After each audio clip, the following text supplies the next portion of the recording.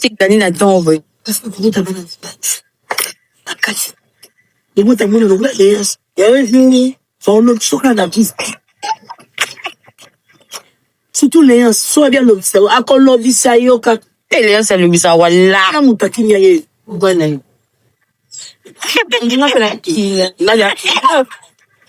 Parce que mi repère des. La maman comme tu as la folle, ça va? Makambo boni. Makambo za mangala mabe. Moyen. So kuta bato. Cordon la biso bala ki. Cordon moi munene, abala kala cordon la biso. Problème munene. Comment va accepter? Ah cordon. Je ne sais la commercial, c'est là. Yo como boka quartier. Avant ça la commercial. Alors l'intopia, il va essayer l'état. Ton fly bonnier. Tonton bonnier. Ah, bonne nouvelle. Il ça va. Au côté là, au côté là. Il faut qu'à nous montre le manteau, il veut le rôle bien mon ça.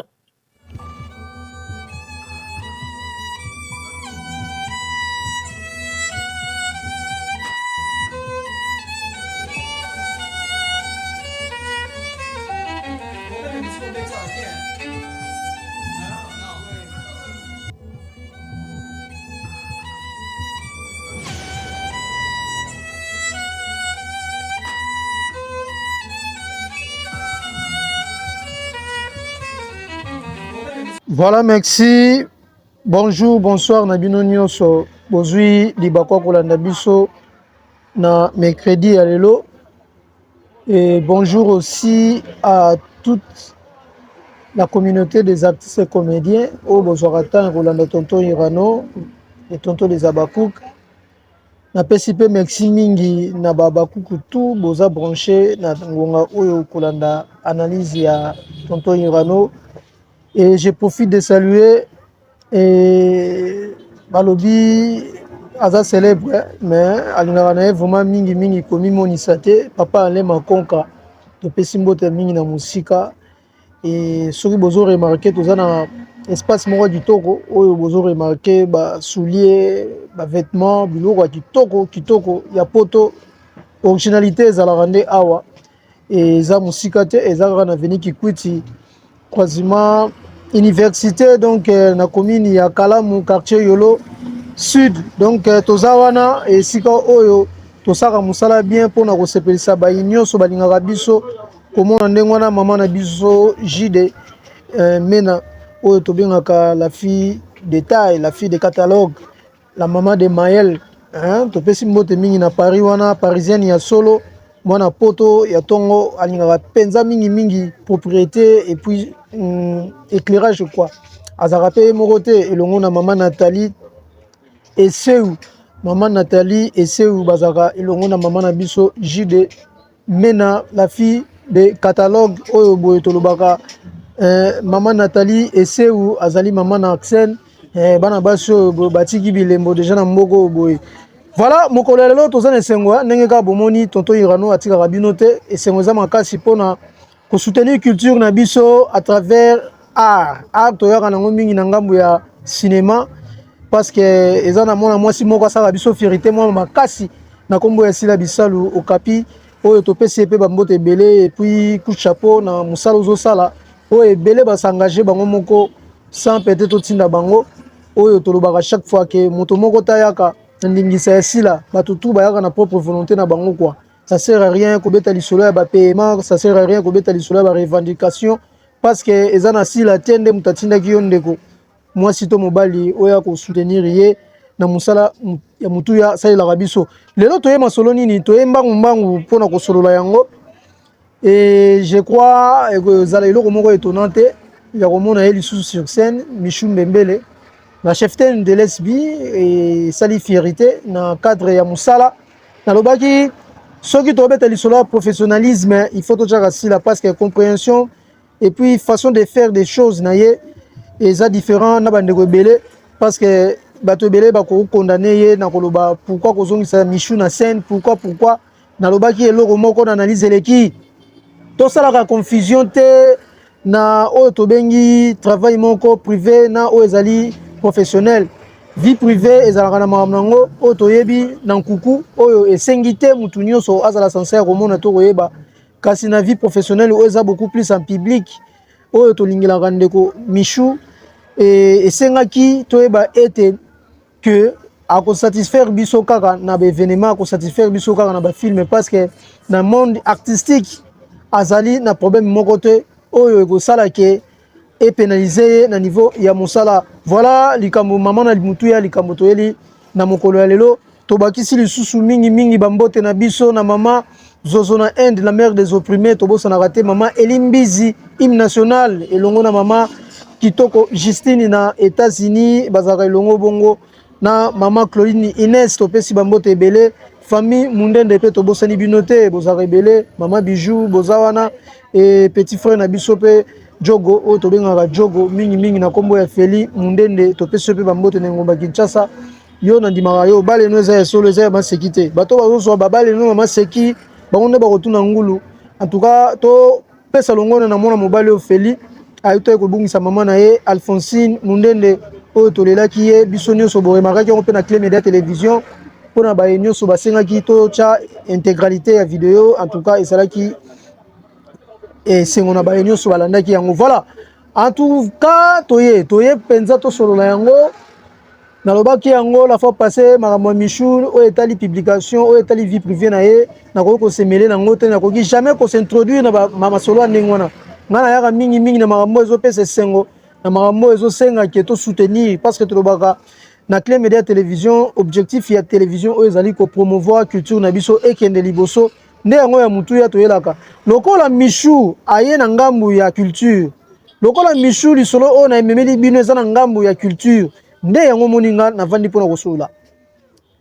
po peut-être ndeko moko abetama libako koloba te olobaki koloba te oyo koloba pourquoi nga na ye na cadre ya cinéma lokola retour ya Michou sur scène ezali namoni ye na postage na film oyo tomoni déjà bien sa tournage oyo tomoni déjà extrait na ya tournage et permettre tonton aya komotiver bandeko mosusu bazalaki dessus kocontinue na kosoutenir ndeko na biso chef ten oyo azali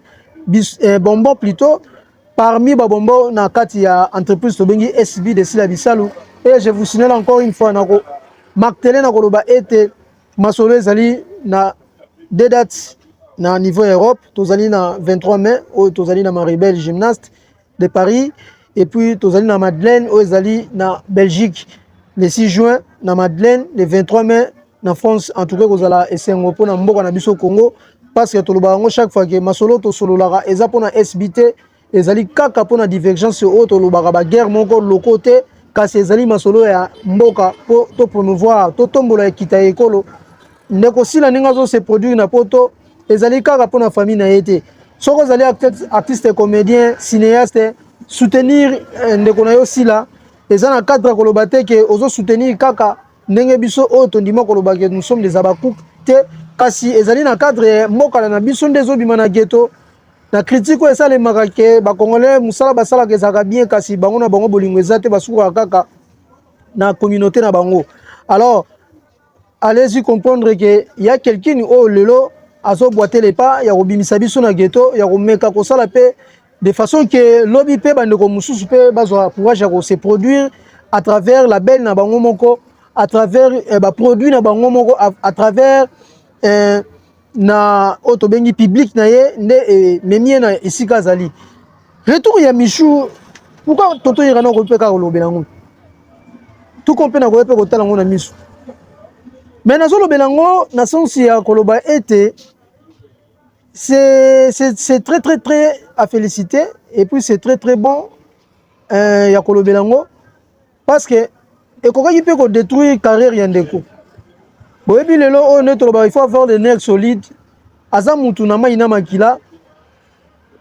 tokoki koloba na biso ndenge tolobaka matière ekoti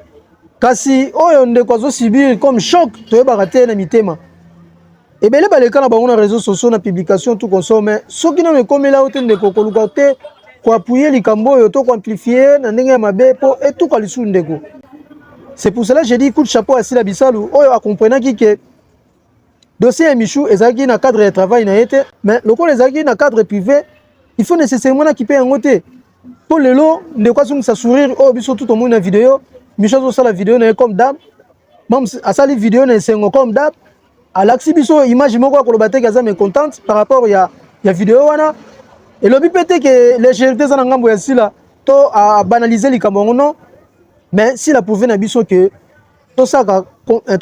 part des choses. Par des choses autres ça les alliés dire mosala ezali mosala vie privée et gothique à la vie privée. Donc c'est un peu ça. Voilà. Oh tolobi encore une fois coup de chapeau à toute l'équipe de l'SB. Oh ça le travail encore énorme. Mosala les autres qui ne penza qui to comme makasi et surtout ko préciser na oh etali ngonga parce que likambo pe bana ko pesa moi pas si moi mingi likambo etali timing ya koyeba SB diffusion za na R nini les abakouk diffusion za na R nini. Et voilà, s'il faut rappeler à quelqu'un ici, je dirais, Sokolingi, Kolanda film, Bisso, Oezoleka sur les abakouk de l'SB.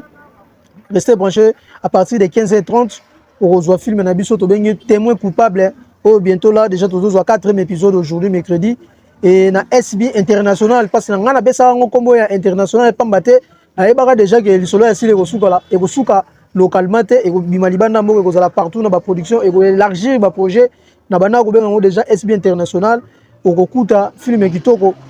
oyo ezawana tozo benga na kombo ya imparfait oyo déjà lelo tozo 3e épisode film kitoko makasi na moni présence ya bandeko ezo sala esengo makasi et puis tala présentation ya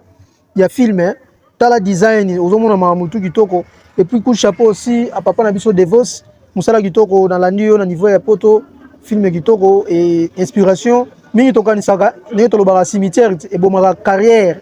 osenti artiste aza suna mpona ye te artiste aza suna eloko wana tobanda kolinga te mais na sentir yango na papa na biso Devos napesi mbote na mosika na sentir yango na bobo manoka la catastrophe bientôt peut-être tokozala pe awa na Kinshasa soki ndeko mituna nalobi bientôt peut-être tokozala na Kinshasa mais oza surprise et topesi pe mbote mingi na duche kapanga napesi mbote mingi papa na biso mundele balobi mundele na kati ya nzoto ya batu mwindu quoi. Donc groupe yango na kitoko o bolukaki na niveau international yango ezo se produit na niveau international a pe na kini boyebi ba activité ezo continuer. Merci infiniment na Fabrice Mbala na franchise menayo na émission na monozo sala à travers Vincent Toulouse que je salue aussi notre partenaire et collègue aussi na monde ya chronique na pession mbote belé na motivation en route vers les gymnastes et ça la bien à passage à artiste na ndenge bandeko bazolo bela ça montre l'amour ça montre la solidarité oh tozo luka ezala au lieu peut-être tozo la banaliser tozo la toujours impliquer ou surtout la limiter na ba guerre moko o ezali na mutuna makolote coup de chapeau à vous musala ezokende kitoko makasi soki toko ko zonga mukena ba actualité du jour to mona ki publication ya maman na biso Nicole Bakata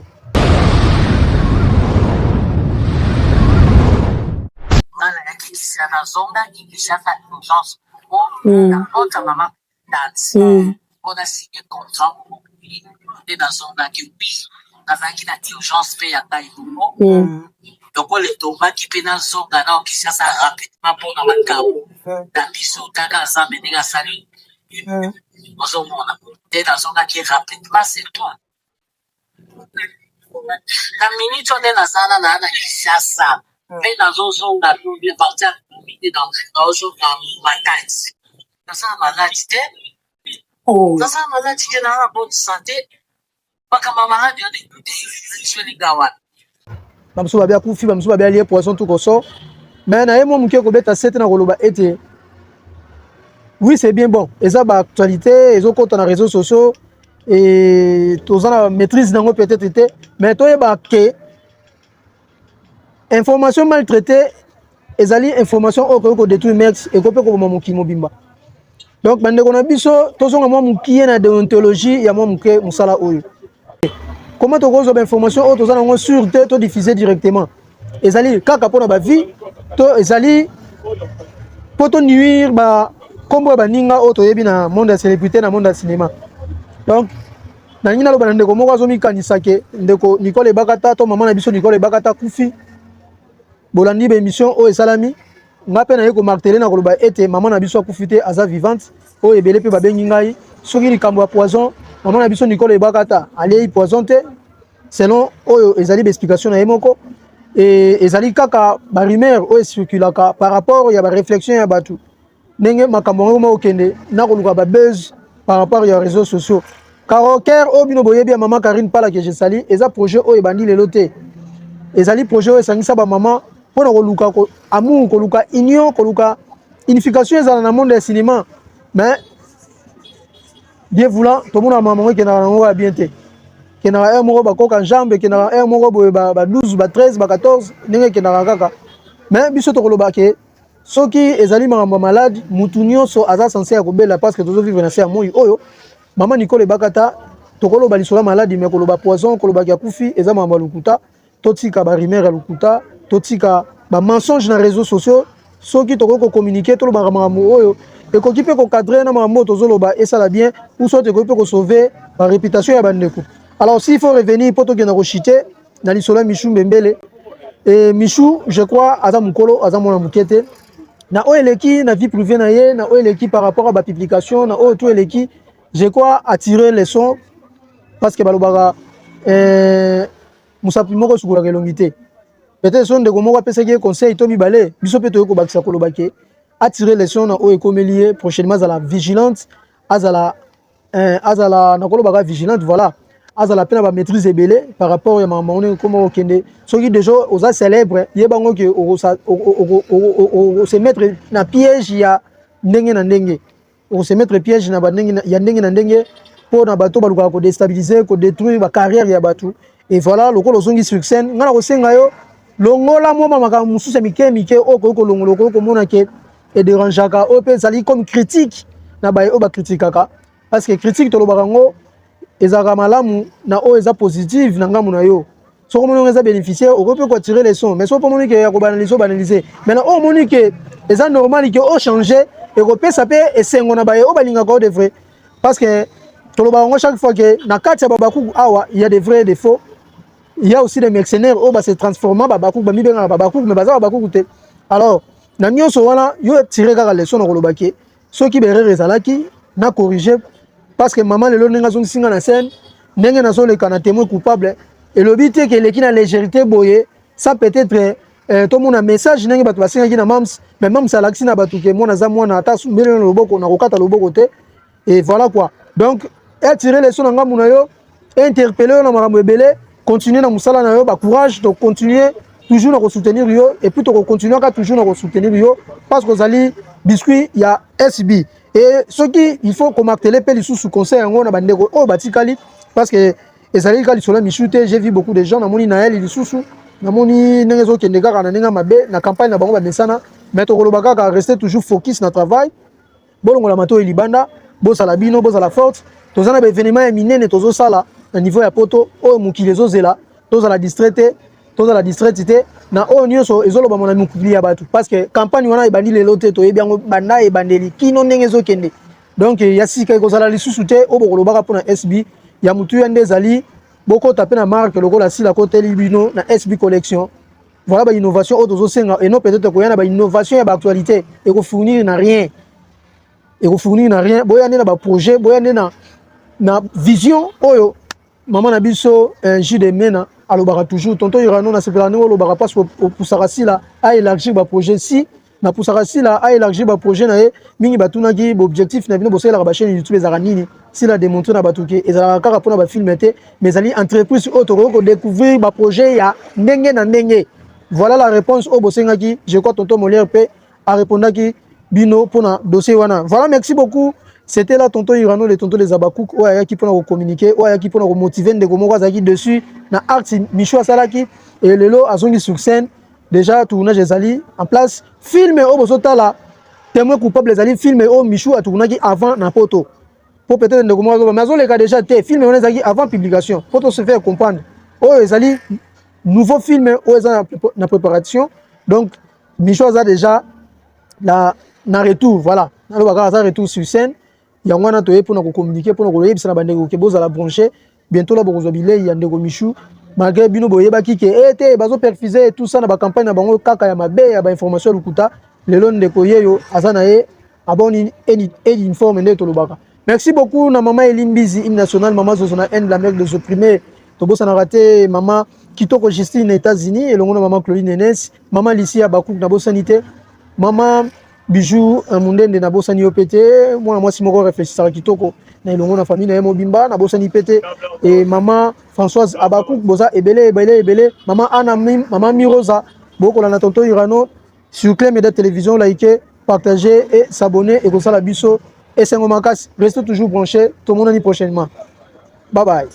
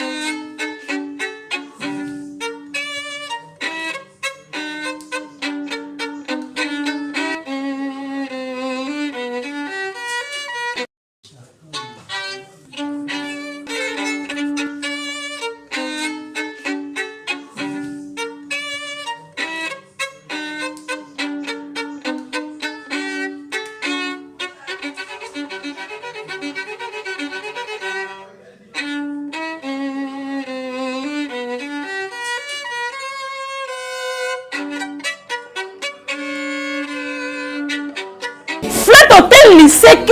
c'est la qualité. Flat Hotel Liseke, c'est la différence. Flat Hotel Liseke, c'est la supériorité.